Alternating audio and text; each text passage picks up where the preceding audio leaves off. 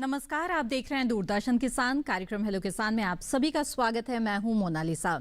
जैसा कि आप सभी जानते हैं, इस कार्यक्रम में हम आपके लिए हर दिन अलग अलग विषय लेकर आते हैं कृषि क्षेत्र से जुड़े हुए, और उन विषयों पर विस्तार से हमारे खास मेहमानों के साथ यहां पर चर्चा की जाती है। आप भी हमारे खास मेहमानों से जुड़ के अपने सवाल पूछ सकते हैं और उनसे जवाब हासिल कर सकते हैं। इसके लिए आपको जो विषय से जुड़ा हुआ सवाल है वही पूछना है। तो आइए आपको सबसे पहले बता दें कि आज इस कार्यक्रम में हम किन विषयों पर चर्चा करेंगे। गर्मियों में फूलों की खेती की देखभाल और बांस की खेती, तो इन दो महत्वपूर्ण विषयों पर आज इस कार्यक्रम में चर्चा होगी। आप भी अपने सवाल पूछ सकते हैं। नोट कर ले हमारे टोल फ्री नंबर जिन पर आप कॉल कर सकते हैं और सवाल पूछ सकते हैं। 1800-113060 और 1800-113061 ये टोल फ्री नंबर है जिन पर आप कॉल कर सकते हैं। बस आपको इस बात का ध्यान रखना है कि बातचीत के दौरान टीवी की आवाज़ बंद रखेंगे और फोन लाइन के जरिए बातचीत करेंगे तो बातचीत में रुकावट नहीं आएगी। आगे बढ़ते हैं, हमारे खास मेहमानों से आपका परिचय करा देते हैं। हमारे साथ इस वक्त मौजूद है डॉक्टर कंवरपाल सिंह, जो कि पुष्प विज्ञान संभाग IRI पूसा नई दिल्ली में प्रधान वैज्ञानिक है। डॉक्टर सिंह, आपका बहुत बहुत स्वागत है इस कार्यक्रम में। और इसके अलावा हमारे साथ एक और मेहमान जुड़ रहे हैं, डॉक्टर अजय ठाकुर, जो कि आनुवांशिकी एवं वृक्ष सुधार विभाग वन अनुसंधान संस्थान देहरादून के प्रमुख हैं। डॉक्टर अजय ठाकुर, आपका भी बहुत बहुत स्वागत है इस कार्यक्रम में। जी नमस्कार।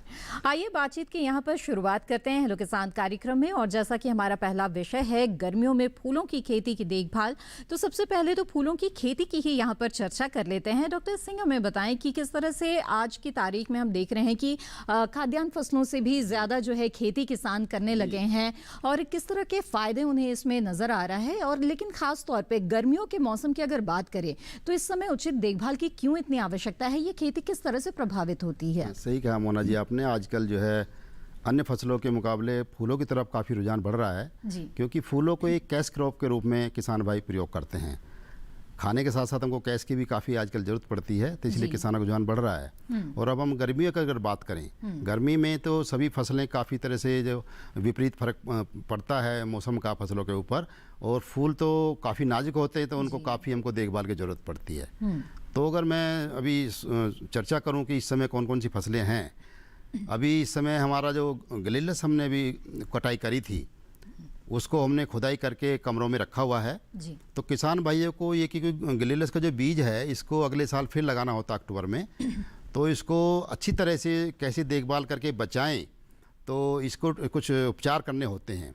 तो ये सबसे पहले तो इसको छाया में सुखाना चाहिए, उसको धूप में ना सुखाएं, छाया कम पेड़ के नीचे रखें या कमरे में रखें, और पंखा चला देंगे अगर कमरे में रखते हैं तो। और उसको फिर बाविस्टिन जो फफूंदी नाशक आता है उसका 2 ग्राम प्रति लीटर का घोल बनाकर उसमें उसके अंदर उसको डुबोएं करीब आधा घंटे के लिए, और फिर उनको पुनः उनको छाया में पंखे के नीचे सुखा दें या पेड़ के नीचे सुखा दें। तो जब वो पूरी तरह से सूख जाएगा, करीब महीने भर का, ये 15 से 20 दिन या 30 दिन भी लग सकते हैं, तो उसके बाद फिर इनको बोरियों में भरकर ये कोल्ड स्टोरेज में इसको पहुंचा दें। और करीब वहाँ पे 4 डिग्री सेंटीग्रेड तापक्रम होना चाहिए उसका भंडारण का। उसके बाद जब आप दोबारा इसको अक्टूबर में लगाएंगे, तो फिर उससे पहले 15-20 दिन पहले फिर ला के इसको फिर उसको खुला अपने छाया में अंदर सुखा दें, क्योंकि नमी अगर उसके अंदर है तो वो अच्छी तरह से सेटल हो जाएगी और वो सूख जाएंगे। फिर आप उसको अक्टूबर में पुनः उनको लगा सकते हैं। तो फूलों के जो पौधे हैं और फूलें, इनकी खास देखभाल की ज़रूरत होती है गर्मियों के मौसम में, इसलिए आप अच्छी पैदावार लेना चाहते हैं, अच्छा मुनाफा कमाना चाहते हैं फूलों की खेती से, तो इस बात पर ध्यान देना बेहद ही ज़रूरी है। बहरहाल यहाँ पर आइए आगे बढ़ते हैं और बांस की खेती के बारे में भी जानकारी लेते हैं। डॉक्टर अजय ठाकुर, आपसे जानना चाहेंगे कि बांस की खेती हमारे देश में इस समय किन किन क्षेत्रों में की जा रही है प्रमुखता से, और इसकी क्या स्थिति है इस वक्त, किसानों के लिए कितनी फायदेमंद है बांस की खेती? जी हाँ, बांस पे अभी काफी रुझान बढ़ा है। आप जानते ही होंगे कि बांस के बारे में हम लिंक करते हैं हमेशा, जो उत्तर पूर्व भारत है, नॉर्थ ईस्ट इंडिया, उससे लिंक करते हैं, पर ऐसा नहीं है। भारत के सभी क्षेत्रों में आप बांस की खेती कर सकते हैं। कश्मीर के बहुत ही ठंडे इलाके और डेजर्ट जो है हमारा जैसलमेर वाला इलाका को छोड़ के, इवन राजस्थान में भी बांस वाला जगह है, वहां भी खेती की जाती है। तो बांस की खेती होती है। खाली मिट्टी का आपको ध्यान रखना होता है कि यहाँ की मिट्टी 7 से ज़्यादा नहीं हो। अगर 7 से ज़्यादा है तो हमें कुछ उपचार करना होता है और नमी की आवश्यकता होती है अगर आपको किसान भाई अच्छा उत्पादन करें। बांस से इसका डिमांड इसलिए इसका बढ़ गया अभी हाल में। देखेंगे कि सब्जी की खेती कर रहे हैं, टमाटर की खेती कर रहे हैं, ऐसे जितने कद्दू वर्गीय फसलों की कर रहे हैं, तो सभी के लिए आजकल कोई भी आपको लकड़ी और ऐसी चीजें उपलब्ध ही नहीं है। और बांस जो है मार्केट में 4 से 5 रुपए प्रति किलो की दर से है। लोहा जिसको आप इस्तेमाल करेंगे वो 90 रुपए किलो की दर से है। तो यह मशरूम की कल्टीवेशन है। तो ऐसे में इसका केवल खेती बाड़ी में ही बहुत ज्यादा डिमांड है। अगर दूसरा डिमांड देखेंगे, बांस का इंजीनियरिंग वुड, अभी बहुत सारे स्ट्रक्चर इंडिया में बन रहे हैं जो कई मंजिले और बांस से पूरा वॉल क्लेडिंग। बेंगलोर एयरपोर्ट करीब 3,000 करोड़ रुपए का उसमें पूरा डेकोरेशन कंप्लीट जो नया बन रहा है वो बांस से ही बन रहा है। तो इस तरह का बहुत सारा काम है। किसी जमाने में कागज की लुगदी से लेके पेपर टॉवल तक एक एफआरआई ने टेक्निक निकाली थी जिससे बांस से रेयॉन बनता था और रेयॉन से one of the best silk जैसा अपीयरेंस का कॉटन जैसी खूबियों वाला कपड़ा होता है। अभी भी ये चाइना ज्यादा बनाता है, हम कम बनाते हैं। ठीक है, लेकिन जो बांस है उसकी भी मांग बढ़ती जा रही है और बांस से बनने वाले और कई तरह के उत्पाद हैं जिनकी मांग काफ़ी बढ़ रही है। ऐसे में अगर किसान बांस की खेती को अपनाते हैं तो निश्चित तौर पर उन्हें काफ़ी फायदा हो सकता है। लेकिन खेती के दौरान किन किन बातों का ध्यान रखिए, इस पर चर्चा आगे करेंगे। आइए फूलों की खेती के बारे में हमारी बातचीत को यहाँ पर आगे बढ़ाते हैं। आपसे जानना चाहेंगे डॉक्टर कंवरपाल सिंह, गुलाब की जो खेती है वो काफ़ी किसान करते हैं और गुलाब की तो अच्छी खासी मांग भी रहती है। ऐसे में जो किसान गुलाब की खेती कर रहे हैं उनके लिए आपका क्या सुझाव रहेगा इस समय? हाँ, गुलाब सही कहा आपने। गुलाब को तो हम फूलों का राजा कहते हैं और नंबर 1 पे हम, चाहे हमारी घरेलू डिमांड हो चाहे इंटरनेशनल मार्केट हो, वहाँ पे नंबर 1 पे गुलाब आता है। और गुलाब का काफ़ी बड़ा ग्रुप है, इसको कई वर्गों में विभाजित किया जाता है। जैसे कर्तित पुष्प वाले जिनको कट फ्लावर इंग्लिश में बोलते हैं, कट फ्लावर के लिए अलग प्रजातियाँ हैं। और लूज फ्लावर जिनको मतलब खुले, मतलब बिना डंडी के जो फूल बाजार में बेचते हैं, उनका अलग ग्रुप होता है।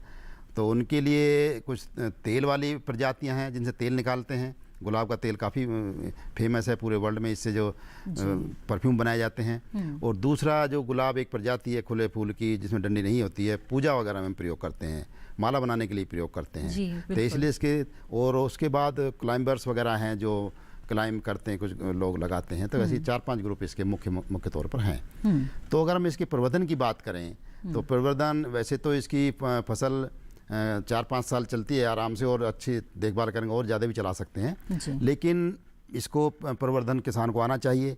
और ख़ास तौर पर अगर हम युवाओं की बात करें, आजकल के समय में युवा को एक अच्छा जो इनकम का जो स्रोत है उसके लिए हमारी जो नर्सरी है फूलों की, ये अच्छा आमदनी का अच्छा जरिया बनता जा रहा है।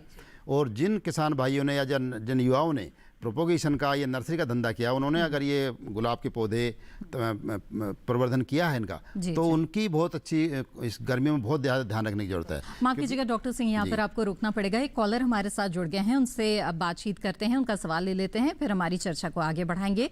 इस वक्त सचिन जी हमारे साथ महाराष्ट्र से जुड़े हुए हैं। सचिन जी, स्वागत है आपका, पूछे अपना सवाल। सचिन जी, मेरी आवाज़ मिल रही है क्या आपको? हेलो सचिन जी, क्या आप मुझे सुन पा रहे हैं? चलिए, लग रहा है हमारा संपर्क टूट गया है और चर्चा को आगे बढ़ाएंगे यहाँ पे। हेलो सचिन जी, मेरी आवाज़ मिल रही है आपको? हेलो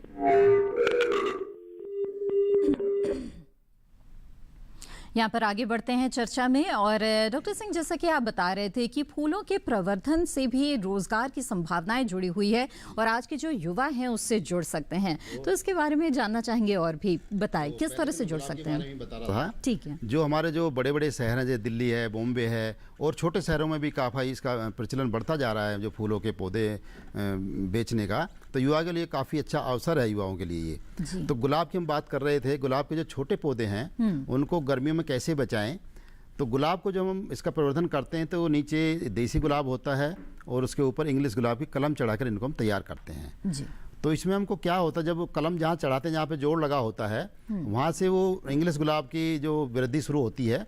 तो उसमें एक ये सिद्धांत है कि उसके नीचे से कोई भी फुटाव पौधे इसमें नीचे देसी गुलाब से नहीं आना चाहिए। क्योंकि जो भी पौधा जो इसमें क्या ये जो नीचे देसी गुलाब तो नीचे ज़मीन से खुराक लेता है और वो ऊपर इंग्लिश गुलाब को देता है, तो उससे ये हमारा पौधा तैयार होता है। तो उसमें अगर यूनियन से नीचे अगर उठाव आ जाएगा तो सारी खुराक उसमें देसी की खुराक देसी में ही चली जाएगी और हमारा जो इंग्लिश गुलाब का जो वृद्धि थोड़ी शुरू हुई है और जो भी नया भी है वो धीरे धीरे मरने लगेगा। तो ये बहुत खास ध्यान रखने की ज़रूरत है। और गर्मियों में इसकी वृद्धि ज़्यादा होती है सभी फसलों की, क्योंकि तापक्रम जितना ज़्यादा होता है तो वृद्धि और पानी वगैरह अच्छा लग रहा फसल में तो वृद्धि अच्छी होती है बनस्पत जब तापक्रम कम होता है। तो इस समय वो काफ़ी बढ़ता है, तो उसको समय समय पर काटते रहें, करीब महीने में एक बार तो उसको ज़रूरी काटना होता है।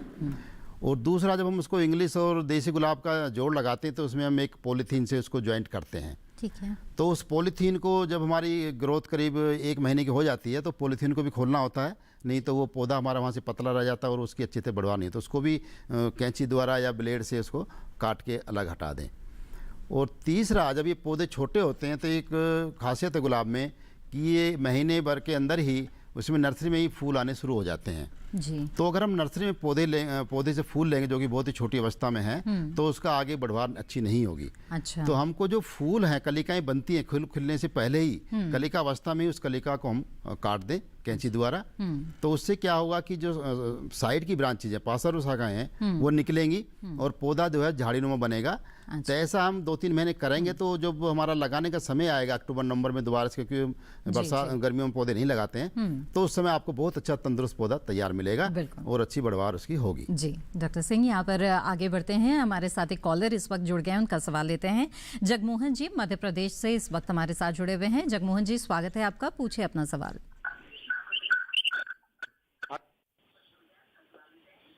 हेलो।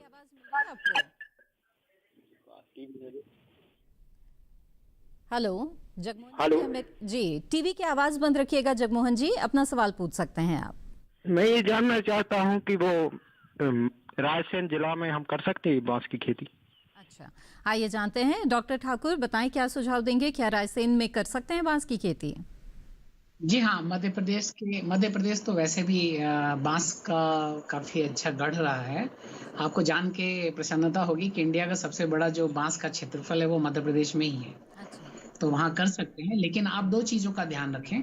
हर जगह पे मिट्टी जो है, आप आजकल प्रधानमंत्री मिट्टी जो किसान मृदा कार्ड योजना है उसके तहत आप मिट्टी की जांच करा लें तो उसमें कोई भी समस्या नहीं आएगी।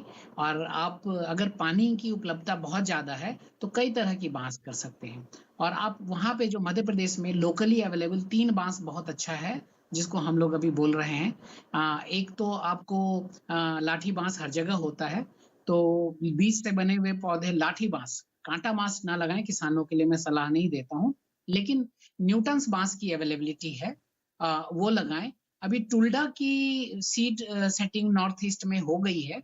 कुछ संपर्क अगर हमसे किसान बाद में करेंगे तो हम उपलब्ध कराने की चेष्टा करेंगे। तो ये 3 बांस है, जरूर लगाएं। कुछ बालखुआ भी बोलते हैं, वो भी उपलब्ध है, लेकिन वो टिश्यू कल्चर वाला होता है। खाली एक ही बात का ध्यान रखें कि प्रति एकड़ किसी भी हालत में 180 से 200 बालखुआ, न्यूटन्स या टुल्डा, उसे ज्यादा ना लगाएं, चाहे कोई भी नर्सरी वाला आपको कितना बोले। और लाठी बांस 400 से 450 ज्यादा प्रति एकड़ ना लगाएं। 3x3 लाठी बांस, और जो बाकी जो मैंने 2-3 बांस बोले हैं वो 5x5 मीटर पे लगाएं जी। कभी भी नजदीक ना लगाएं, बहुत नुकसान होता है किसानों को। बिल्कुल। तो जगमोहन जी, आपको जवाब मिल गया है। आप बिल्कुल बांस लगा सकते हैं, लेकिन किस किस्म का चुनाव आप कर रहे हैं ये बेहद ही महत्वपूर्ण होगा। यहाँ पे डॉक्टर ठाकुर आपसे जानना चाहेंगे, बांस की किस्म का ही जिक्र कर रहे हैं, तो आप हमें बताएं कि कितनी तरह की किस्में मौजूद हैं और उपलब्ध हैं भारत में, और किस उद्देश्य से बांस लगाए, तो उसके आधार पर किस तरह की किस्म का चुनाव किसानों को करना चाहिए?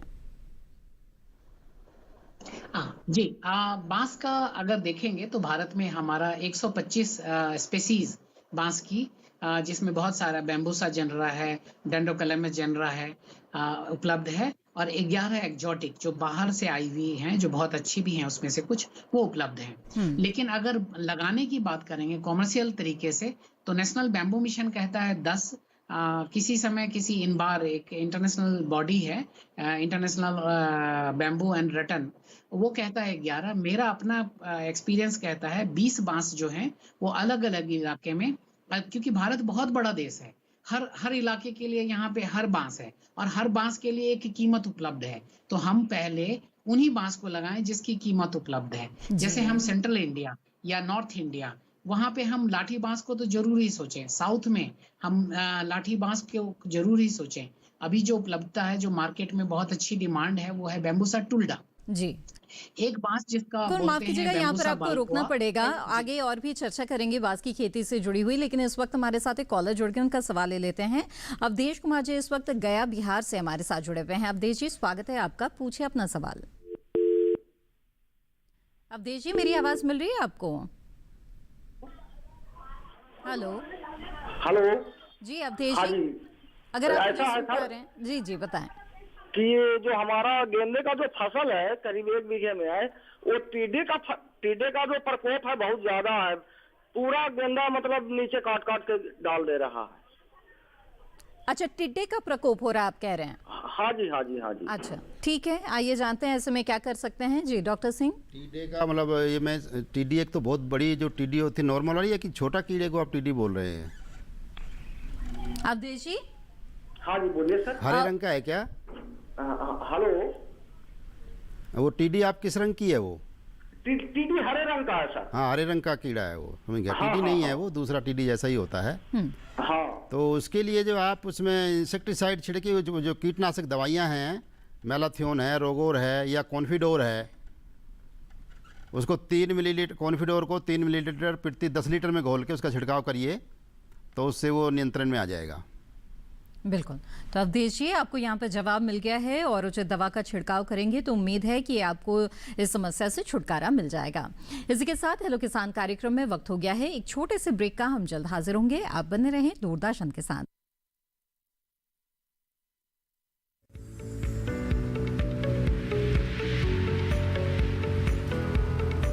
अरे भाई, सुना नहीं क्या? केसीसी ने किसानों का जिंदगी बदल दिया है। देश के छोटे किसान 1,60,000 रुपये तक का कर्ज बिना किसी गारंटी को ले पाएंगे। ब्याज खोरों से भी पीछा छुटा। मैं तो जैविक खेती का पूरा सामान मंगा लिया, केसीसी का भी कोई दबाव नहीं है। ब्याज चुकाने के लिए पूरा 1 साल मिलता है। समय पर भुगतान करने पर केवल 4% के सालाना ब्याज पे लोन मिल गया मुझे। अपना आधार कार्ड, लेटेस्ट फोटो और जमीन के कागजात लेके अप्लाई करो बस। और नामांकन भरने के लिए जेब भी ढीली नहीं करनी पड़ी।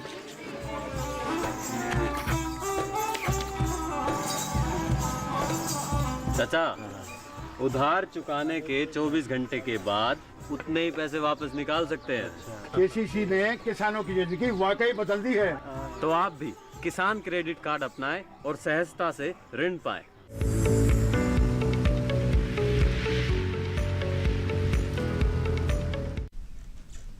ब्रेक के बाद आप सभी का फिर से स्वागत है। आप देख रहे हैं कार्यक्रम हेलो किसान। आज इस कार्यक्रम में हम गर्मियों में फूलों की खेती की देखभाल और बांस की खेती के बारे में चर्चा कर रहे हैं। अगर इन विषयों से जुड़े हुए सवाल आप पूछना चाहते हैं तो आप हमारे टोल फ्री नंबर पर कॉल कर सकते हैं और हमारे विशेषज्ञ मेहमानों से राय ले सकते हैं। हमारे साथ इस वक्त एक कॉलर जुड़े हुए हैं, आइए उनसे बात करते हैं। नंदस्वरूप मिश्रा इस वक्त हमारे साथ जुड़े हुए हैं बाराबंकी उत्तर प्रदेश से। नंदस्वरूप जी, स्वागत है आपका, पूछिए अपना सवाल। हाँ नमस्ते मैडम, मेरा नाम नंद मिश्रा, मैं बाबा। मैं जानना ये चाहता हूँ जो हम लोग बांस की खेती करते हैं तो हमें बांस की खेती में जो बांस कई बार हमें कटिंग उसकी करनी चाहिए, तो उसको हटा करके पुनः दोबारा फिर रोपण करना चाहिए। और दूसरी चीज, कभी कभी बांस जो फुलिया जाता है, जैसे आम में बौर आता है, इस प्रकार से हो जाता है और उसका रोग लग जाता है, पूरी कोठी सूख जाती है, तो उसको हम किस प्रकार से बचाएं? जी बताएं डॉक्टर ठाकुर, कैसे करें इस समस्या का समाधान?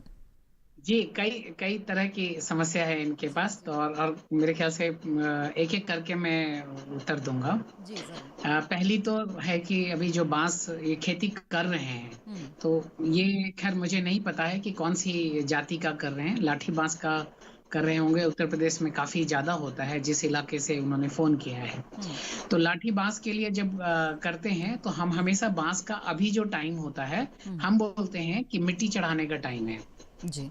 इसके चारों तरफ से उसके बांस के 1-1 मीटर दूरी छोड़ के चारों तरफ की मिट्टी को और जितने भी पत्ते हैं वो सब बांस के ऊपर चढ़ा दिया जाता है। और पानी अगर इस समय दे सके तो बहुत ही अच्छा होता है। इस समय बांस में सूखने का जो मुख्य कारण है वो है गर्मी और अनुपलब्धता हो जाती है नमी की। तो अगर 1 और 2 सिंचाई अगर इस समय दे देते हैं तो बहुत ही अच्छा होता है। और एक जनरल बात मैं बताता हूँ, क्योंकि हम हमेशा बोलते हैं कि अभी जून आ रहा है, जून के अंत समय में हमारे बारिशों की शुरुआत हो जाएगी और बांस में जो कंद होता है नीचे में, उस कंद से नया पौधा निकलता है। उस कंद का निर्माण हो चुका है, बांस के जड़ों में हो चुका है, लेकिन वो सोया पड़ा हुआ है। तो उसको आपको थोड़ा उसकी देखभाल करनी है। तो इस समय में वही जो बोला मैंने, करीब 1 फीट ऊपर मिट्टी चढ़ानी है। और अगर हो सके तो जैविक खाद आपके पास कंपोस्ट है तो प्रति बीड़ा, जिसको हम बीड़ा बोलते हैं, प्रति बीड़ा कम से कम आधा बाल्टी कंपोस्ट डालें और 100 ग्राम खली मिल जाए प्रति उसमें। तो खली को हम डालने का तरीका है कि हम उसको डुबा देते हैं रात भर। और अगर डीएपी आपको मौजूद है तो हम क्या करते हैं, 100 ग्राम और करीब 1 मुट्ठी डीएपी उसमें मिक्स करके, ये प्रति उसके हिसाब से बनाया जाता है, हम उसको डाल देते हैं। बेसिकली जब आपको बनाते हैं ड्रम में, 200 लीटर का ड्रम में, तो उसमें हम 10 किलो खली डालते हैं और उसमें 1 से 1.5 किलो डीएपी डालते हैं और छोड़ देते हैं। अगले दिन खूब अच्छे से मिलाते हैं। उसकी पानी को कम से कम उसमें 50 गुना पानी मिला के फिर हम जब हमको बारिश हो जाए, अभी तो हमने तैयारी कर दी, तब जब हमको बारिश हो जाए तो उसका हम छिड़काव बांस में उसी समय करेंगे। एक समस्या बताई कि बीमारी का, बांस में वैसे बहुत ही एक मजेदार चीज है कि बीमारी लगती नहीं के बराबर है। बांस में क्या होता है कि कीट का ज्यादा डर रहता है। वो जो बीमारी होती है वो कीट के बाद ज्यादा आती है। तो आपको लगता है कि बीमारी आई है लेकिन कीड़ों ने अपना थोड़ा काम कर दिया है। तो हम हमेशा कहते हैं कि जनरल एक तरह के हम उनको, कोई भी आप इंसेक्ट दिखाएं, कीड़ों को देखेंगे मॉर्निंग या शाम को, तो कोई भी एंटोमोलॉजिस्ट आपको जो एग्रीकल्चर के खेती बाड़ी का काम करते हैं उनको दिखाएं। तो ज्यादातर हम इसमें स्टैंडर्ड मैलाथियान का तो हम करते ही हैं, क्योंकि गर्मियों में दीमक की भी समस्या आती है। मैलाथियान 2 से 3 मिलीलीटर प्रति लीटर में हम मिक्स करते हैं और पानी देने के बाद, अच्छे से पहले सिंचाई करने के बाद शाम के समय हम उसका छिड़काव करते हैं। जी बिल्कुल। अगर कोई बीमारी स्पष्ट उनको दिखे, जैसे कि मेरे बांस में मेरा बहुत ही कम एक्सपीरियंस है कि बीमारी एकदम से कोई ऐसी आती है। अच्छी बात है कि बीमारियां बहुत कम लगती है, लेकिन कीटों के प्रति सावधान रहने की जरूरत है। डॉक्टर ठाकुर, आपका दोबारा रुक करेंगे। इस बीच हमारे साथ एक और कॉलर जुड़ गए, उनका सवाल ले लेते हैं। यहाँ पर ब्रिज द्विवेदी जी इस वक्त हमारे साथ जुड़े हुए हैं हमीरपुर उत्तर प्रदेश से। ब्रिज जी, स्वागत है आपका, पूछे अपना सवाल। जी नमस्कार मैम। जी नमस्कार। हमें बांस की खेती के विषय में जानकारी चाहिए थी। जी बताएं। जी, हमें बम्बूशा बालकुआं और बम्बूशा टुल्डा और एक और आता है ब्लैक बम्बू करके, जो फर्नीचर के लिए यूज होता है। जी, ये 3 प्लांट की नर्सरी कहाँ उपलब्ध होगी, हमीरपुर के आसपास या कानपुर पे? जी बिल्कुल, आइए जानते हैं। जी डॉक्टर ठाकुर। जी मैं थोड़ा मुस्कुरा रहा था क्योंकि ये ब्लैक बैम्बू तो आपको पूरे इंडिया में भी मेरे पास ही मिलेगा, और ये फर्नीचर भी मैं ही बनाता हूँ और उसको ट्रेन भी मैं करता हूँ। लाइव ट्रेनिंग सेशन हम बहुत जल्दी करेंगे। मैं आपका नंबर शेयर करूंगा मैडम बाद में, जिससे किसान हमको डायरेक्टली करें, लेकिन ये लास्ट में करूंगा, नहीं तो किसान बीच में ही फोन कॉल करना शुरू कर देते हैं। जी बिल्कुल। तो पहली बात है बैम्बूसा बालकुआ, आप हमारे पास सीमित मात्रा में है, बट हमारे पास FRI में उपलब्ध है, रिलायबल है। हमारा क्लोन नंबर 585 है बैम्बूसा बालकुआ का। हमीरपुर के प्लेन वाले इलाके में हो सकता है, थोड़ा अगर ऊंचाई का इलाका है, अगर 1000 मीटर तक का है, तो मैं आपको रेकमेंड नहीं करूंगा। मैं कहूंगा उस केस में आप मगर लगाएं। मगर बहुत अच्छे से हो जाता है, न्यूटन्स बहुत अच्छे से हो जाता है और लाठी बांस बहुत अच्छे से हो जाता है। इसलिए आप इलाके का हमको, क्योंकि हमीरपुर बहुत ही वेरिएबल, मतलब काफी उसमें आपको पता ही है कि वो प्लेन वाला एरिया भी है, ऊंचाई वाला भी एरिया है। जी। काला बांस अगर हमीरपुर के निचले इलाकों में अगर घुमारवी और ऐसा कोई एरिया है तो वहां लगाया जा सकता है। वो गर्म इलाका है जहां आम की खेती होती है, वहां आराम से हो सकता है। काला बांस जैजेंटोफ्लोआ एट्रोवेलेसिया है, जैवनीज बैम्बू है, बहुत ही सुंदर बांस है। इसमें केवल एक आपने टचवुड मार दिया तो इसका रंग बादाम अखरोट और उसके काला और भूरे के बीच में होता है। बहुत ही देखने में प्रीमियम क्वालिटी का है, सुंदर लगता है। अगर आप फर्नीचर का काम करना चाहते हैं तो मैं 2 बांस बोलूंगा, काला बांस और टुल्डा। टुल्डा की भी सीड और सीडलिंग्स हमारे पास उपलब्ध है FRI में। मैं प्रोग्राम के लास्ट में हम अब कार्यक्रम के आखिर में आपसे दोबारा ये सवाल पूछेंगे और अपना संपर्क आप साझा करेंगे। इस बीच यहाँ पर एक और सवाल ले लेते हैं। हमारे साथ एक और कॉलर जुड़ गए हैं, सुशांत कुमार पटनायक ओडिशा से। सुशांत जी, स्वागत है आपका, पूछिए अपना सवाल। नमस्कार जी। नमस्कार। की उन्नत किस्म क्या है, उसके बारे में जानना था। सुशांत जी, कृपया अपना सवाल एक बार फिर से दोहरा दीजिए। बांस की उन्नत किस्म क्या है, उसके बारे में जानना था। अच्छा, बांस की उन्नत किस्म के बारे में जानना चाहते हैं जी। डॉक्टर ठाकुर बताएं, ओडिशा के लिए क्या सुझाव देंगे? जी, उड़ीसा तो बहुत ही बांस के एरिया में रहा है, पर जो उड़ीसा में लोकल बांस होता रहा है वो है कांटा बांस और कभी कभी लाठी बांस। मैं कांटा बांस को किसानों के लिए नहीं कहता हूं, क्योंकि सबसे बड़ी समस्या होती है उसको काटने की।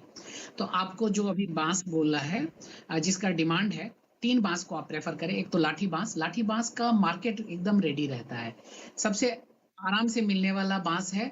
दूसरा बैम्बूसा टुल्डा है और तीसरा उड़ीसा में ऑलरेडी न्यूटन्स एक बहुत अच्छा बांस है। और टुल्डा और न्यूटन्स बिल्कुल, तो कुछ उन्नत किस्मों के बारे में बताया है। बांस की किन किस्मों का चुनाव आप ओडिशा के लिए कर सकते हैं। यहाँ पर बातचीत को आगे बढ़ाएंगे। सुशांत जी, उम्मीद है आपके सवाल का जवाब मिल गया होगा। डॉक्टर सिंह, हम बात कर रहे थे फूलों की कि किस तरह से गर्मियों में देखभाल की जाए। आपने बताया कि गुलाब की का जो प्रवर्तन है उसके लिए किन बातों का ध्यान रखें।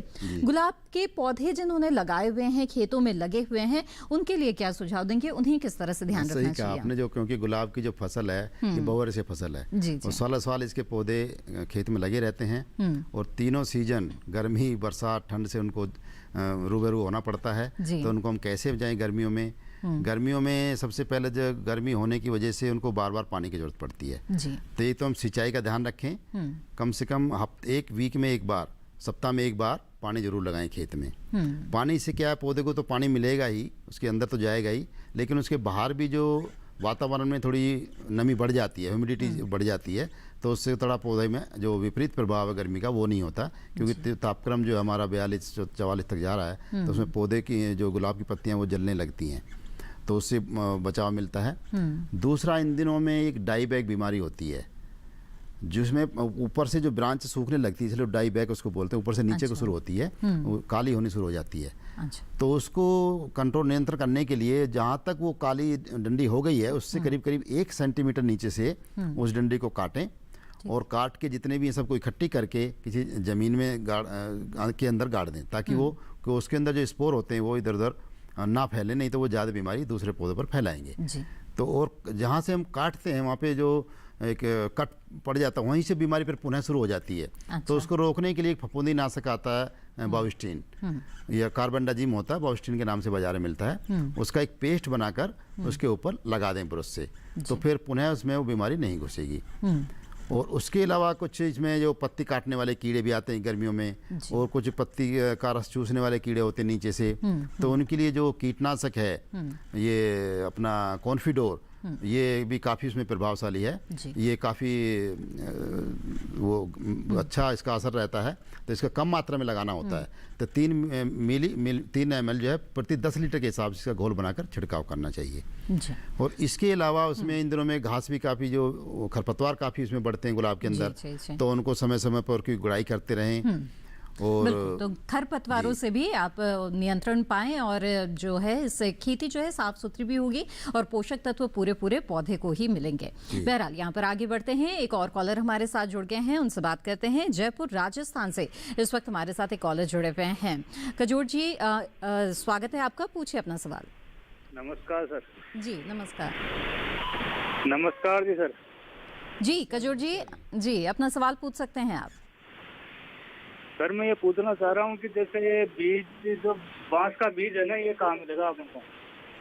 ठीक है, डॉक्टर ठाकुर बताएं। जी बांस का बीज एक्चुअली जयपुर में इनको लगाना है। जयपुर थोड़ा सा बांस के लिए बहुत अच्छा इलाका नहीं है, क्योंकि इसकी देखभाल ज़्यादा करनी पड़ेगी। पर एक बांस जो होता है बैम्बूसा डेंड्रोकैलामिस लाठी बांस, वो मिल जाएगा। वो देहरादून की तरफ भी अवेलेबल है और कई नर्सरियां हैं। मैं अपना बाद में व्हाट्सएप नंबर शेयर करूंगा, उनके थ्रू होगा। बाकी बांस का बीज तो आपको पता होगा कि 40 साल के बाद आता है, तो इसलिए ये पता नहीं होता है जैसे कि गेंदे का है या गेहूं का है, धान का हर 6 महीने पे मिल जाएगा या साल के बाद मिल जाएगा। बांस हमेशा 40 साल के बाद, 40 से 45 साल के बाद फूल खिलता है।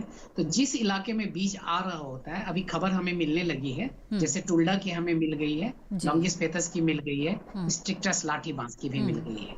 तो बाद में हम शेयर करेंगे, उस नंबर पे हमको कांटेक्ट करेंगे तो हम आपको हेल्प करेंगे। जी बिल्कुल।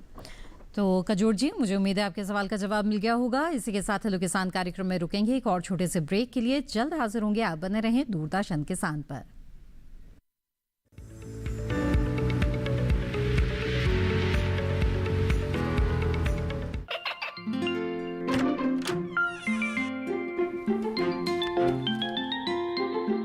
ये क्या हो रहा है? काशवी, इतने कम मार्क्स? काशू बेटा पढ़ा करो, पढ़ोगी नहीं तो आगे कैसे बढ़ोगी? मम्मा मैं भी तो आपसे यही कहना चाहती हूँ, पढ़ा करो। आप पढ़ोगे नहीं तो आगे कैसे बढ़ोगे? मतलब? वो देखो, सिर्फ बैक पर छपा ऑर्गेनिक नहीं, ऑर्गेनिक का निशान पहचानिए। पीजीएस ऑर्गेनिक का ये लोगो उन किसानों की पहचान है जो आज भी परंपरागत विधि से रसायन मुक्त खेती कर आपके लिए शुद्ध फसल उपजा रहे हैं। अब समझे मम्मा, अगर मैं प्योर ऑर्गेनिक फूड नहीं खाऊंगी तो अच्छे मार्क्स कहाँ से लाऊंगी? अच्छा बच्चों, जैविक खेती की इस मुहिम को आगे बढ़ाइए, शुद्ध ऑर्गेनिक अपनाइए।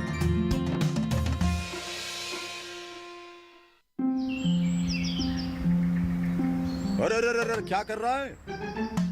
इधर इधर इधर, हम बोल रहे हैं तेरे बीजू का। पुतला बोल रहा है? हाँ, पक्षियों से तो हम खेत को बचा लेते हैं, पर इन घातक रसायनों से कैसे बचाएं? मतलब? देख बेटा, तू जो ये अंधाधुंध रसायन मिलाता है ना, मिट्टी की सेहत बिगड़ने लगी है। और जब माटी ही कमजोर पड़ जाएगी तो उपज कैसे सेहतमंद होगी? हाँ? अरे पहले ऐसा नहीं था। पूछना अपने बड़े बुजुर्गों से, कैसे फसल लहलहाती थी, शुद्धता झलकती थी। हाँ, माटी भी तंदुरुस्त और लोग भी। अब पहली वाली बात कहाँ? पर अब तो सब यही डाले हैं। सब नहीं, आज भी लाखों जागरूक किसान परंपरागत विधि से फसल उगा रहे हैं। खर्चा कम और उपज की कीमत भी बेहतर पा रहे हैं। ठीक है भाई, मैं भी आज से जैविक खेती शुरू करूंगा।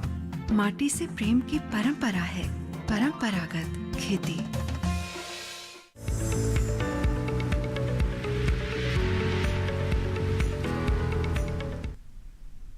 ब्रेक के बाद आप सभी का फिर से स्वागत है। आप देख रहे हैं कार्यक्रम हेलो किसान। आज इस कार्यक्रम में हम चर्चा कर रहे हैं गर्मियों में फूलों की खेती की देखभाल के बारे में, और इसके साथ ही बांस की खेती के बारे में भी हमारी चर्चा जारी है। आप भी इन विषयों से जुड़े हुए सवाल पूछ सकते हैं। आप हमारे टोल फ्री नंबर पर कॉल कर सकते हैं। इस वक्त हमारे साथ एक कॉलर जुड़े हुए हैं, उनसे बात करते हैं। संजय जी इस वक्त जुड़े हुए हैं रोहतक हरियाणा से। संजय जी स्वागत है आपका, पूछे अपना सवाल। जी संजय जी, आप अपना सवाल पूछ सकते हैं। टीवी की आवाज बंद रखिएगा। ठीक है जी, बंद है जी। जी पूछे सवाल। जी संजय जी पूछे अपना सवाल। मेरे पास जी पीले रंग का बांस है जिसको येलो वर्गीस कहते हैं शायद। अच्छा। एक तो उसका कमर्शियल यूज और दूसरा वो मैं बढ़ाना चाहता हूँ बांस को। तो गन्ने की तरह जैसे हम गन्ना लगाते हैं उसकी कलम लगा सकते हैं जहाँ से उसकी आंखें हैं। जी डॉक्टर ठाकुर बताएं। जी लगा सकते हैं, सबसे आसान बांस है पर उसका कॉमर्शियल इस्तेमाल नहीं है। वैसे अगर देखा जाए तो सुंदरता के लिए उसका बहुत डिमांड है, और वो बांस का अगर आप नर्सरी बनाते हैं तो नर्सरी वाले आपको रिटेल प्राइस भी 1 साल से पुराना पौधा जो है वो आपको 50 रुपए से ऊपर के भाव में ले जाएंगे। अब रही बात तो उसका लगाने का यही तरीका है कि जो उसके गांठें होती हैं, दो, एक तो है इसमें ब्रांच, पर उसकी जो शाखाएं तो आपको पता है कम होती हैं, तो उसके जो गन्ने की तरह जो गांठ होती है, उस गांठ के 2 इंच आगे 2 इंच पीछे उसको रात भर पानी में भीगने के लिए छोड़ दें।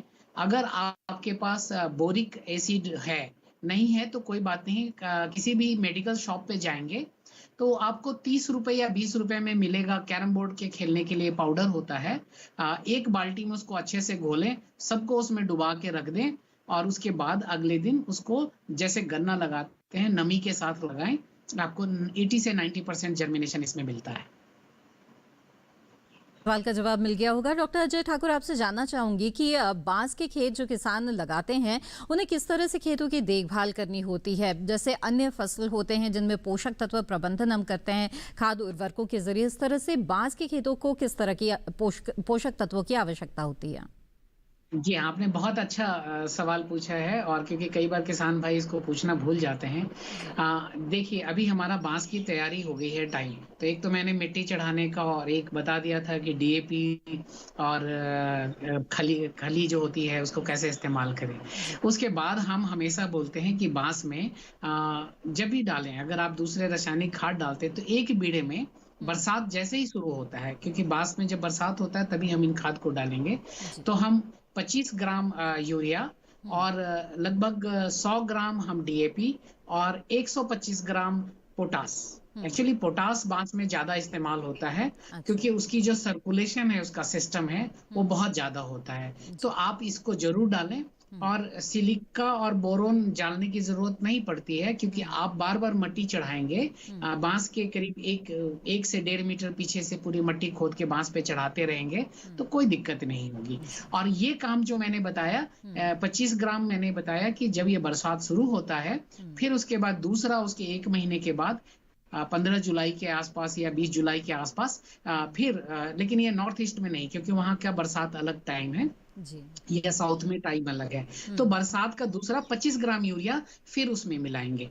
गोबर की खाद या खली का इस्तेमाल करें तो ज्यादा अच्छा है, क्योंकि बांस में हमको कोई दिक्कत नहीं होता है। खाने वाले जो हम शूट का इस्तेमाल करते हैं, बांस के जो कुछ कंद होते हैं जब नए निकलते हैं 15 दिन की और 1 महीने की उम्र में, उसको काट के उसके अचार बनाया जाता है, सब्जी बनाई जाती है, खाया जाता है। उसके लिए हम हमेशा बोलते हैं जैविक चीजों का इस्तेमाल करें। जैसे मैंने बताया कि आधी बाल्टी कंपोस्ट का इस्तेमाल करें, या फिर हमने 100 ग्राम बताया कि खली का इस्तेमाल करें, इसका इस्तेमाल करें तो ये पोषक तत्व पूरा हो जाता है। ये तो मैंने बताया कि आपसे हम बातचीत करेंगे इस बारे में, लेकिन इस समय हमारे साथ एक कॉलर जुड़ गए हैं, उनका सवाल ले लेते हैं। सतीश जी इस वक्त हमारे साथ जुड़े हुए हैं आजमगढ़ उत्तर प्रदेश से। सतीश जी, स्वागत है आपका, पूछे अपना सवाल। मुझे ये पूछना है जी सतीश जी नमस्कार। जी नमस्कार। ये आपका प्रोग्राम हम रेगुलर देखते हैं, बहुत ही इंफॉर्मेटिव होता है जी, शुक्रिया। मुझे ये पूछना है कि देसी गुलाब हम लगाए हुए हैं। ठीक है, देसी गुलाब लगाए हुए हैं। जी सतीश जी, टीवी की आवाज बंद रखिए, फोन लाइन के जरिए हमसे बात करें। बताएं, आपने देसी गुलाब लगाया है, क्या समस्या आ रही है? मिलीबग लगा हुआ है, तो मिलीबग के लिए हमको कुछ प्राकृतिक उपचार बतावें। जी ठीक है, आइए जानते हैं डॉक्टर सिंह, मिलीबग की समस्या से कैसे छुटकारा पाएं? मिलीबग के लिए प्राकृतिक उपचार तो के लिए हम नीम का जो तेल है वो सबसे ज़्यादा कारगर है। उसमें 3 से 4 मिलीलीटर 1 लीटर में घोलकर उसका छिड़काव करें जी। ये तो इसका प्राकृतिक उपचार, ये तो मतलब प्राकृतिक जैविक दवाई से कह सकते हैं एक तरह से। और प्राकृतिक उपचार एक उसको अगर पानी से, क्योंकि ये लेकिन बड़े स्केल पे पानी से उसकी धुलाई करें तो वो नीचे आ जाती है मिलीबग। और इसमें हमें ध्यान ये रखना है कि मिलीबग जो है करीब फरवरी मार्च में ये ऊपर पौधे के ऊपर चढ़ती है, और जून के बाद फिर वो नीचे आनी शुरू हो जाती है। अच्छा। तो वो नीचे अंडे देती है ज़मीन में। तो ज़मीन में जब वो अंडे देती है तो उसकी आप अच्छी तरह से चारों तरफ से खुदाई करें, उसके अंडों को वहीं नष्ट करें और उसमें जो कीटनाशक दवाई उसमें डालें, तो वो अंडे उसके वहीं मर जाएंगे, तो अगले साल वो नहीं निकलेगी। अच्छा जी बिल्कुल। तो सतीश जी, उम्मीद है आपके सवाल का जवाब मिल गया होगा। डॉक्टर सिंह, आपसे जानना चाहेंगे कि गेंदा एक ऐसा फूल है जिसकी काफ़ी मांग रहती है, और ख़ासतौर पे त्योहारी सीज़न वगैरह में तो और भी ज़्यादा मांग बढ़ जाती है। तो गेंदे की फसल भी कई किसान लेते हैं, जिनके खेतों में लगी हुई है इस वक्त ये फसल, वो क्या करें? सही कहा मोना जी आपने। गेंदा तो हमारे यहाँ पर अगर हम रोज फ्लावर की बात करें तो नंबर 1 पे आता है हमारे देश में, और इसको किसान भाई पूरे साल उगाते हैं जी। तो इस समय जो है गर्मी की फसल गेंदे की किसानों की लगी हुई है, जिन्होंने फरवरी या मार्च में लगाया होगा गेंदा, तो उनका इस समय गेंदा फूल दे रहा होगा, वो बाजार भी ले जा रहे होंगे। तो वो जैसे कि मैंने पहले बताया गुलाब के बारे में, इस समय सबसे ज़्यादा हमको पानी की ज़रूरत है। इसको गेंदे को गुलाब से भी ज़्यादा पानी चाहिए, क्योंकि गुलाब के मुकाबले में इसकी जड़ काफ़ी ऊपर रहती है। अच्छा। तो जब ऊपर रहती है तो ज़मीन जल्दी सूख जाती है। तो इसको तो हफ्ते में एक के बजाय इसको 4-5 दिन में ही अगर पानी लगा दें, इन दिनों में खास तौर पर 1-1.5 महीने की बात है, उसके बाद बरसात शुरू हो जाएगी तो वो उसको अच्छा रहता है। नहीं तो उसके पौधे बहुत जल्दी मुरझाने लगते हैं, क्योंकि पानी काफ़ी बड़ी बड़ी पत्तियाँ होती हैं तो काफ़ी पानी सोखती हैं। और उसमें जो खरपतवार ना होने दें पौधे के अंदर, फसल के अंदर से, तो उनको समय समय पर निकालते रहें जी। और कीड़ा तो इस समय अगर कोई आता है तो वो जो कॉन्फिडोर की दवाई है या रोगोर है उसमें स्प्रे करें उसके ऊपर, तो कोई कीड़ा नहीं आएगा। खासतौर पे इसमें माइट भी आता है। मैंने भी गेंदे पे ही मैं कार्य करता हूँ, तो गेंदे में अभी मैंने देखा माइट आया। माइट की पहचान ये है कि उसमें एक जाल मकड़ी जैसा जाला बन जाता है, और वो बहुत छोटी छोटी लाल रंग की होती हैं, तो वो दिखाई भी नहीं देती हैं। जब बहुत पास में जाएंगे तब दिखाई देते हैं, उससे पौधा पूरा सूख जाता है। तो उस पर आप ये जो कॉन्फिडोर या रोगोर भी इसमें काम कर देता है। 2 से 3 ml पर लीटर के हिसाब से डालें, तो उस पर वो आप कीटनाशक का उसका प्रबंध कर सकते हैं। दूसरा, इसमें जो आप फूल तोड़ रहे हैं इस समय, तो फूल तोड़ने का जो गर्मी होने की वजह से आप फूल सुबह सुबह तोड़ें, ये फिर शाम को तोड़कर उसको थोड़ा हवा में रखें। कई बार उसको क्या करते हैं, कपड़े को बांध के उसको रख देते हैं, पर रात भर वो गर्मी में रहता है तो ख़राब हो जाता है सुबह पहुँचते पहुँचते।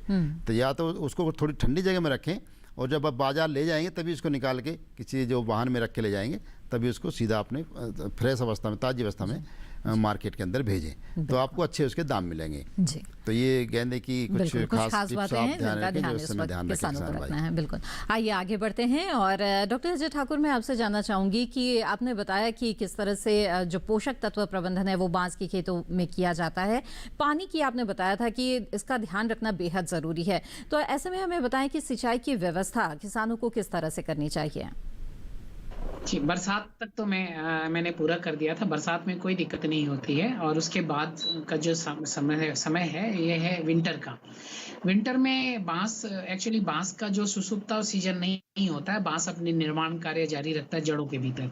तो हम हमेशा बोलते हैं कि आप विंटर के महीनों में अगर 1 या 2 बार प्रति महीने में सिंचाई कर देते हैं। ये मैं बोल रहा हूँ कि अक्टूबर के बाद नवंबर, दिसंबर, जनवरी में 1 या 2 बार कर देते हैं तो बहुत ही अच्छा है।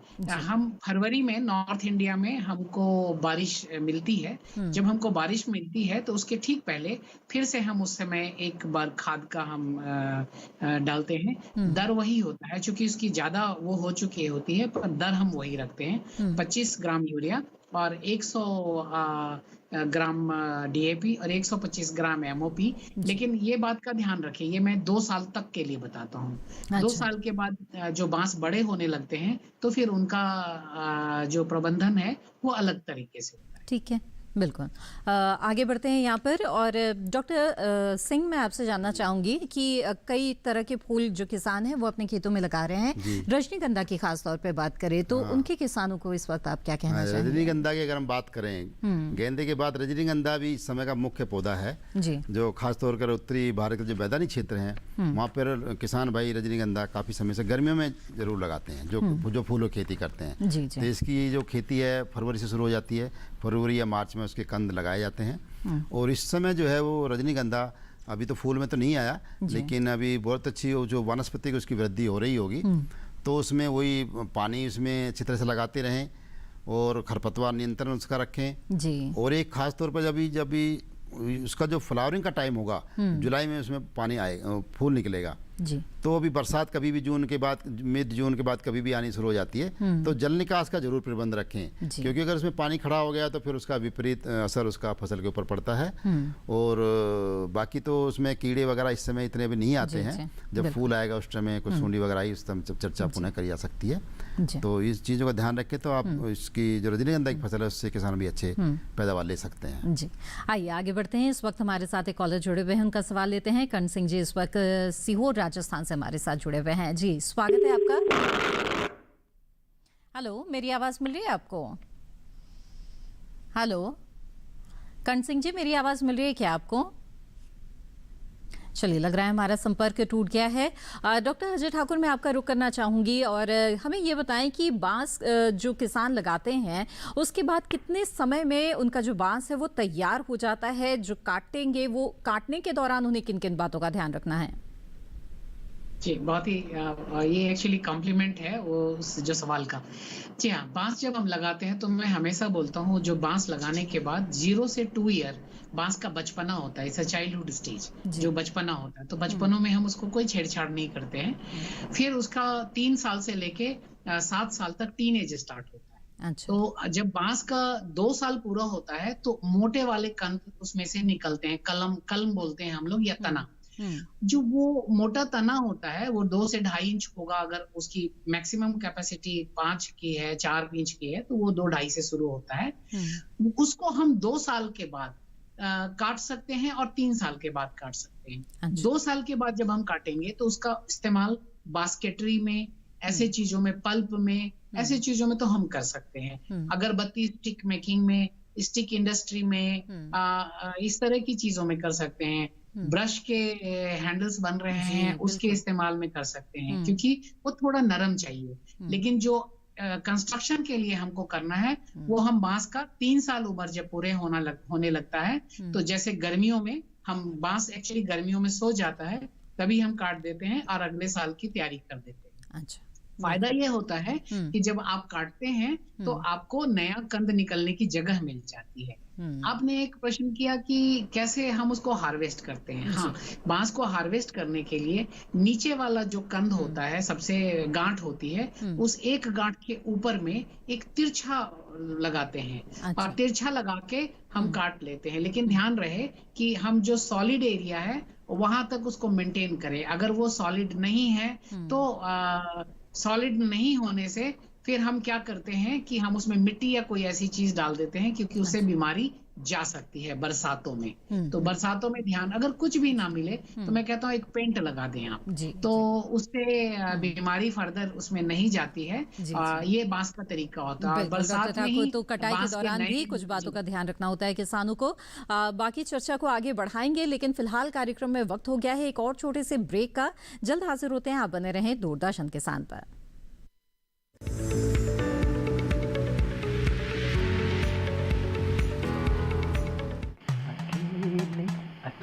अरे वाह भैया, अकेले अकेले। अरे तू भी ले, पर खाएगा कैसे? मैं ऑर्गेनिक खेती की बात कर रहा रे बेटे। अकेले अकेले खेती कब तक करेगा? मतलब गांव में 20-25 किसानों का समूह बना के पंजीकरण करवा ले, फिर सरकारी ट्रेनिंग भी मिलेगी और मुफ्त जैविक बीज खाद भी। फिर बीजीएस ऑर्गेनिक की सरकारी मोहर के साथ तेरी उपज आकर्षक पैक में पहुंचेगी बड़े बाजार तक। अच्छा? हाँ। अरे भाई, कहाँ चल दिया? सबको साथ लाने, आमदनी बढ़ाने। तो किसान भाई समझ गए ना? साथ मिलकर ऑर्गेनिक खेती कीजिए, अपनी परंपरा को आगे बढ़ाइए, ज्यादा मुनाफा कमाइए। माटी से प्रेम की परंपरा है परंपरागत खेती।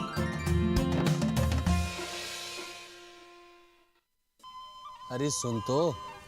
मुझे क्या सुनाना चाहते हो? जो सुनाओ मेरी सौतन को। किसको? अरे वही तुम्हारा मोबाइल फोन जिससे सुबह शाम दिन रात चिपके रहते थे और कहते थे किसान कॉल सेंटर से बातें हो रही हैं। अच्छा ये बात है। हाँ, क्यों? क्या हुआ? अब बात नहीं होती क्या? अब तो झट से बात हो जाती है। ऐसा क्या? हाँ, अब तो ज्यादा लाइनें और खास तकनीक के कारण खेती के माहिरों से तुरंत बात हो जाती है। और अगर कभी लाइन व्यस्त हो तो अपनी समस्या फोन पर रिकॉर्ड करा दो, वहाँ से फोन आ जाता है और समस्या की हल का मैसेज भी आ जाता है। ये देखो आ गया। अरे वाह, इसका मतलब इंतजार की घड़ी अब खत्म। हाँ। तभी मैं सोचूं कि आजकल मुझ पर इतना प्यार क्यों आ रहा है। कृषि संबंधी समस्याओं का अपनी भाषा में तुरंत हल पाने के लिए पूरे भारत में किसी भी फोन से हेल्पलाइन नंबर पर संपर्क करें। किसानों का दोस्त किसान कॉल सेंटर।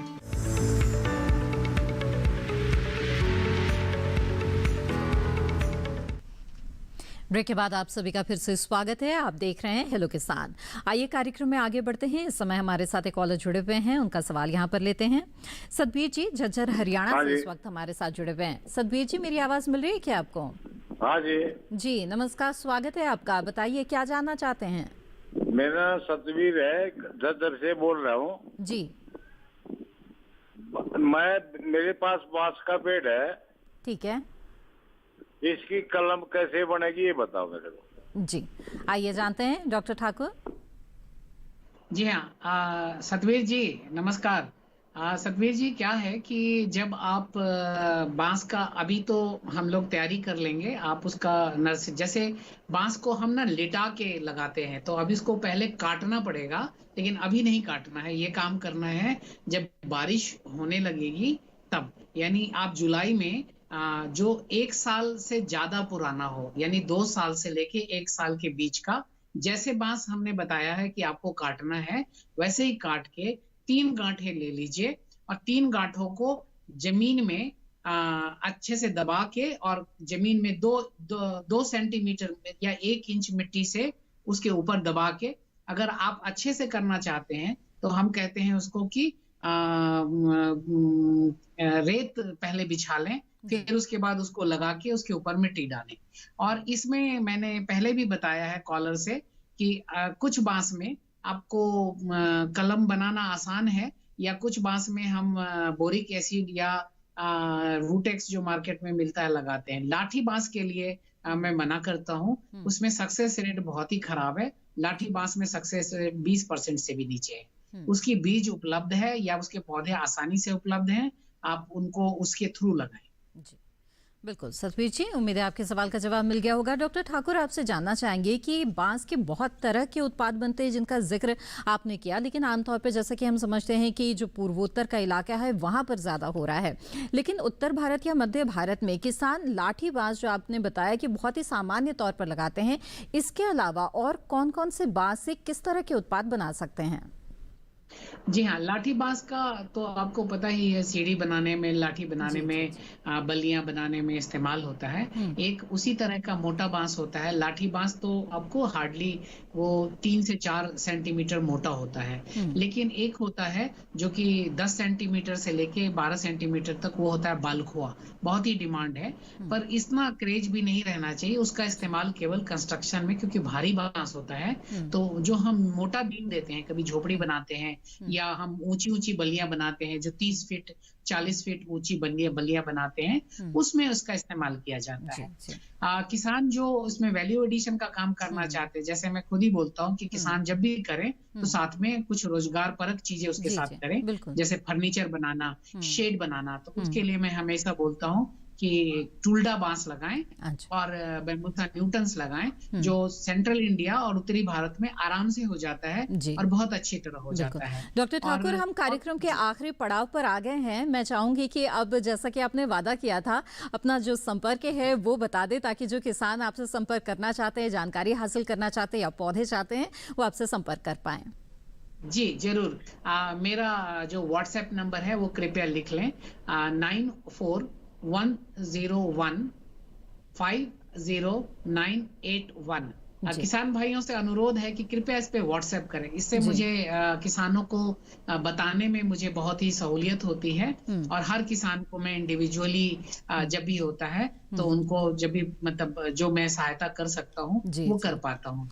फोन कॉल में हमें कई बार दिक्कत हो जाती है, और किसानों से अनुरोध है, ऑलरेडी कई कॉल आने लगी है, कृपया कॉल ना करें, क्योंकि हम कार्यक्रम के बीच में। बिल्कुल डॉक्टर अजय ठाकुर, आप लगातार हमारे साथ जुड़े रहें और बहुत ही अहम जानकारियां आपने साझा की बांस की खेती से जुड़ी हुई, और हमें उम्मीद है कि किसानों को इन जानकारियों से भी लाभ होगा और आगे भी वो संपर्क करके पौधे भी हासिल करेंगे और आपसे जानकारी जो है उनको मिलती रहेगी। डॉक्टर ठाकुर, आपका बहुत बहुत धन्यवाद हमारे साथ जुड़े रहने के लिए।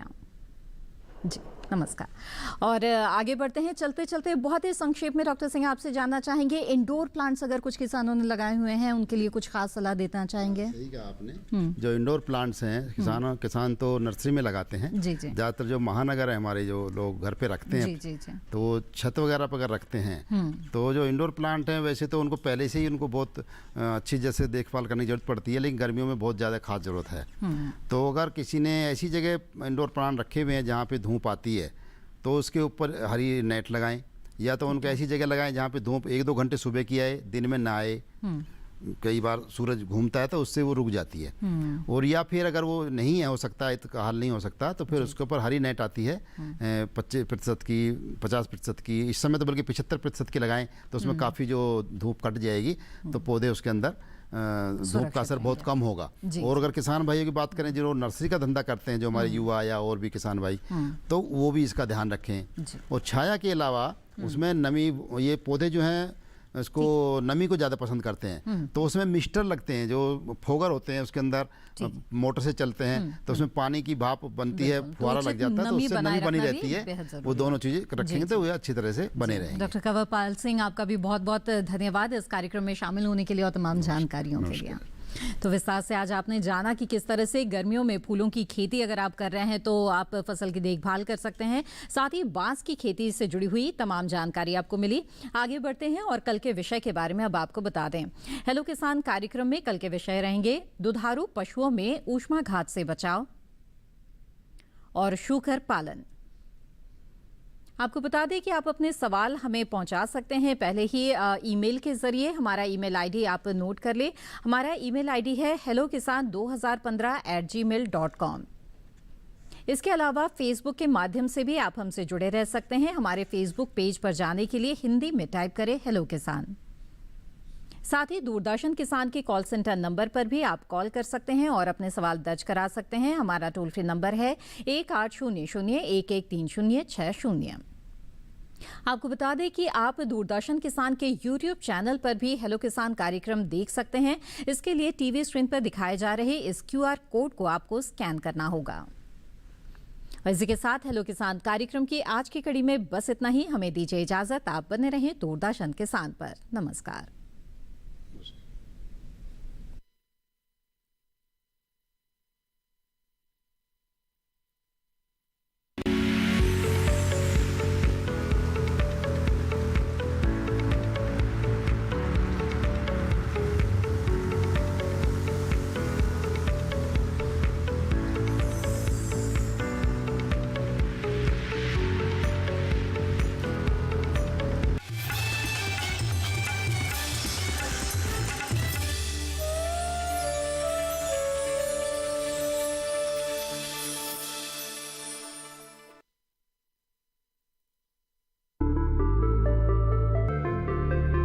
मैं संदेश देना चाहता हूं कि ज़्यादा से ज़्यादा पानी की बचत करें, हमारा ड्रिप सिस्टम वगैरह लगाएं और उत्पादन भी अधिक करें। सिंचाई के यंत्र, हमारे सेट, ड्रिप सिस्टम, ये 2 ही प्रकार के सेट हमारे यहाँ अधिक से अधिक उपयोग में लिए जा रहे हैं। जो एक एक बूंद है उसका सदुपयोग हो और उससे हम ज़्यादा से ज़्यादा फसल ले सकें। सबसे ज़्यादा तो मैं किसान भाइयों को यही बताना चाहूँगी कि समय और पानी दोनों की बचत होती है। सबसे ज़्यादा हमें समय की होती है। और जैसे जैसे कृषि अधिकारियों ने किसानों के बीच में आना जाना चालू किया है तो इन योजनाओं का भी लाभ किसान ले रहे हैं।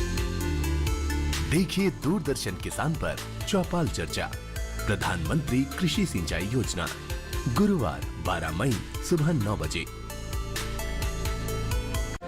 खेती की उन्नत तकनीकें हो या हो बात पैदावार की, पशुपालन में आ रही हो कोई परेशानी या बात हो पशुओं के स्वास्थ्य की,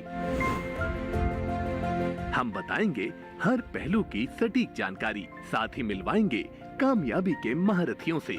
आपके अपने कार्यक्रम गांव किसान में, सोमवार से शुक्रवार शाम 4 बजे। खेती की उन्नत तकनीक हो या हो नवाचार, आधुनिक पशुपालन हो या दूध की बहती धार, बात सफल किसानों की या नए कृषि व्यवहार, 5 दशक का साथी, 5 दशक का अपनापन। कृषि दर्शन, सोमवार से शुक्रवार शाम 5:30 पर। 350 ईसा पूर्व भारत, एक सोने की चिड़िया जो कभी किसी पिंजरे में नहीं आई। इस चिड़िया का शिकार मैं करूंगा। जो दुनिया जीत के आया था, उसे खाली हाथ लौटाया था। ऐसा कोई पिंजरा नहीं बना जो भारत को कैद कर सके। पोरस, सोमवार से शुक्रवार रात 8:30 बजे सिर्फ डीडी नेशनल पर।